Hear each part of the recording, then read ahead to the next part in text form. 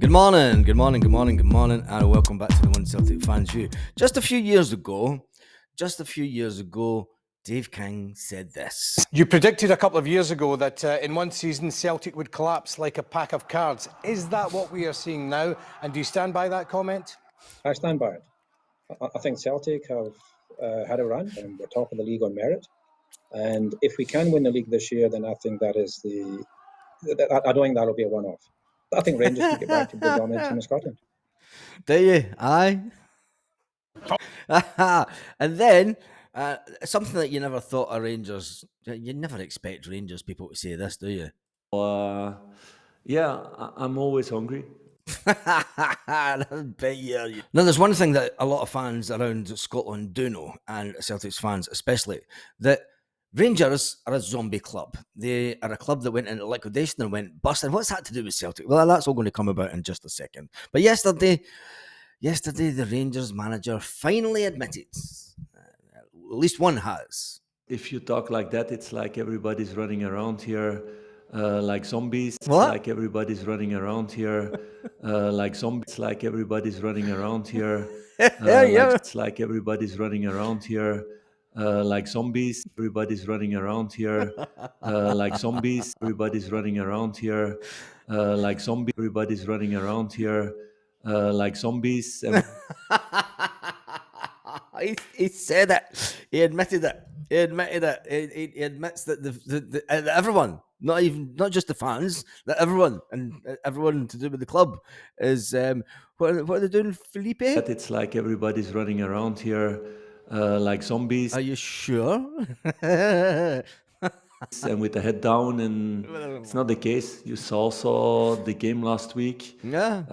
Moment. Was that a moral victory, that one? Oh, no, I think you won that one 1-0. Anyway, let's move on to the Celtic news because, it is really about Celtic because in the last transfer window, yes, the one that has just passed, the first comment actually was made by Dave King back in 2018.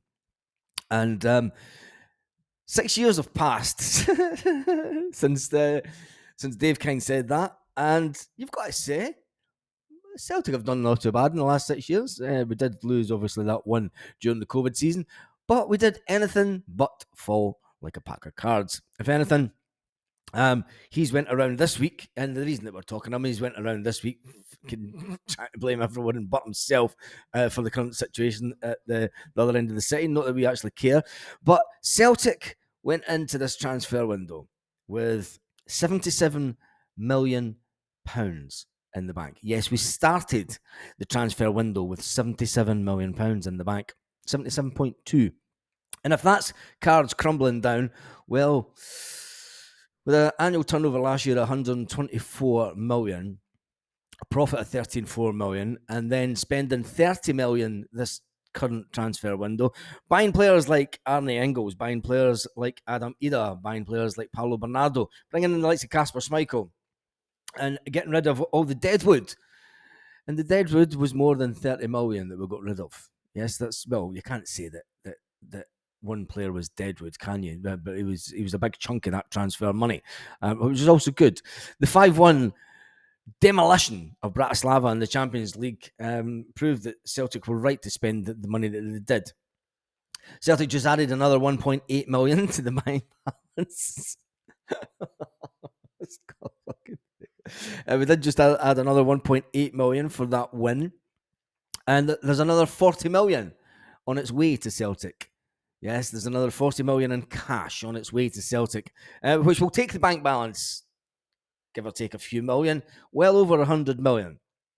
And you then add on season tickets, you then add on the tickets for the European exploits, and you then add on the merchandise.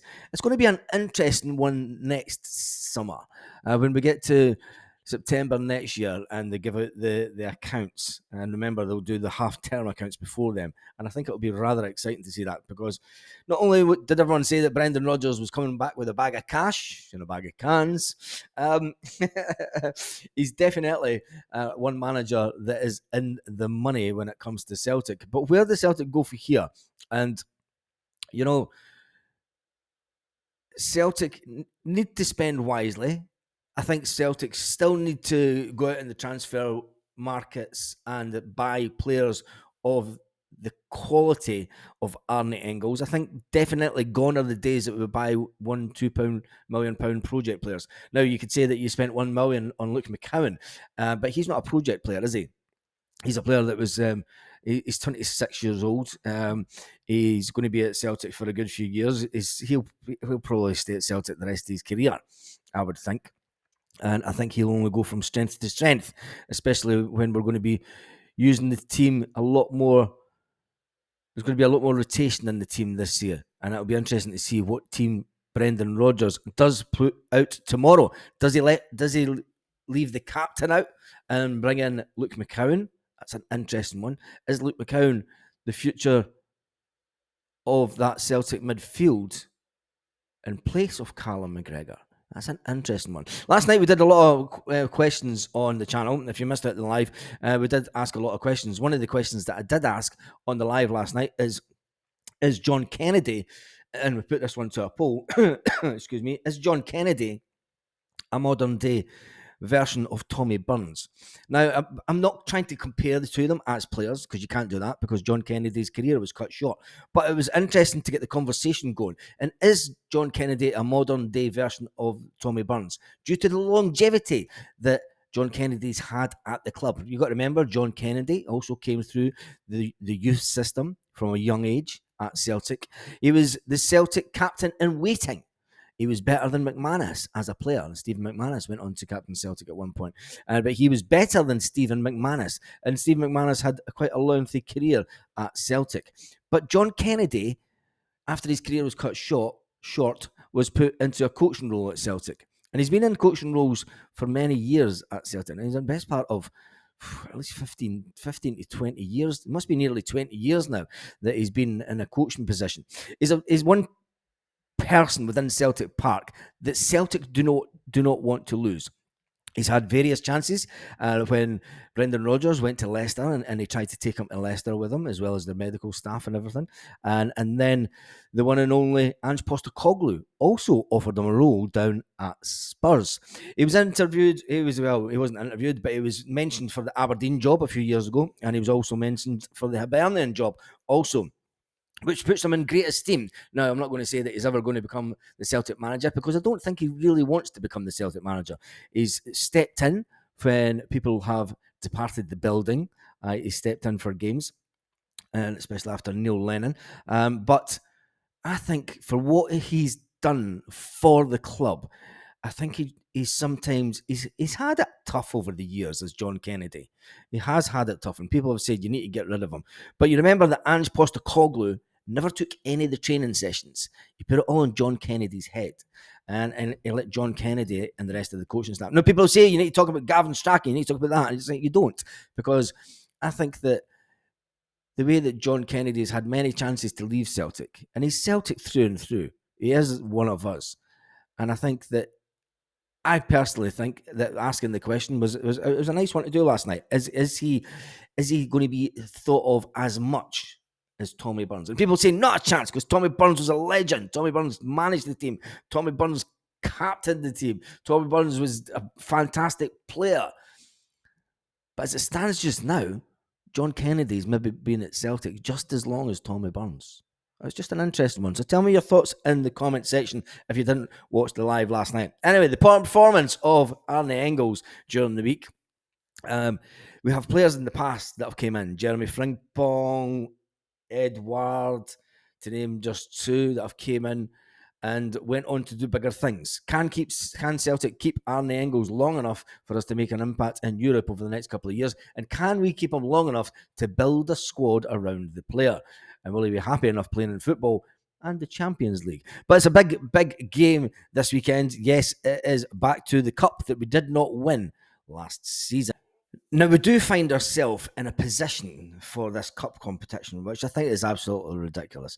I have been an advocate over the years of changing the league format due to the fact that I think that the league would be better if we didn't play each other 4 times a year. I think it would spread more money around. I think it would make it a bit of a better looking for TV company. And I think that the format that we currently have is null and void. When it comes to the cup, And we have VAR in Scotland, and VAR has been a bit of a laughing joke for the last couple of seasons. And now in VAR, they're coming out with a monthly show. Oh my God, a monthly show where they're going to go, you got it wrong, man. I'm sorry. It's one of those honest mistakes. Nudge, nudge, wink, wink, little Masonic handshake. And then, but when it comes to VAR in the Premier Sports Cup that we're playing this weekend, some teams are opting out. Can't you make it up, can you? I'm not doing it, man. I'm not doing it. That's not doing it. I'm not playing. Not playing if VAR's involved. Nah, I'm not doing it, man. Not doing it. But when it comes to the Premier Sports, there shouldn't be any middle ground at all. Clubs like Aberdeen, Motherwell, are opting out to use VAR in the quarter-final to save themselves 15 grand. Remember when everyone was shouting about sporting integrity in Scottish football? When they were shouting about sporting integrity and the fact that Rangers were allowed to sneak back in the back door of the third division, even though they went bust and they came back as a new club. And sporting integrity was thrown about everywhere. They should have went the same way as Third Lanark and Gretna. But this is absolutely a ridiculous situation. The fact that VAR is getting used in some games and not others, it's just ridiculous. And what does it say about the state of Scottish football? And Celtic are going to go into the cup game this weekend. It is at home with Falkirk, and it's going to be a fantastic game. Falkirk are flying by all accounts in their division, but Celtic are flying in every other competition, and even this one. When it comes down to it, I don't think that the fact that probably Celtic will have VAR and other teams won't, it doesn't really matter. We have to do the business on the pitch. Scorelines in the comments section, please. What do you think the scoreline will be with Falkirk tomorrow? And I'll probably do a full-time results analysis this afternoon to see what happened in the cup games in Scotland. But I just think it's crazy. It is absolutely crazy that some teams are being allowed to use VAR and some teams aren't. Lit. Roll up to the party, roll up to the party, roll up to the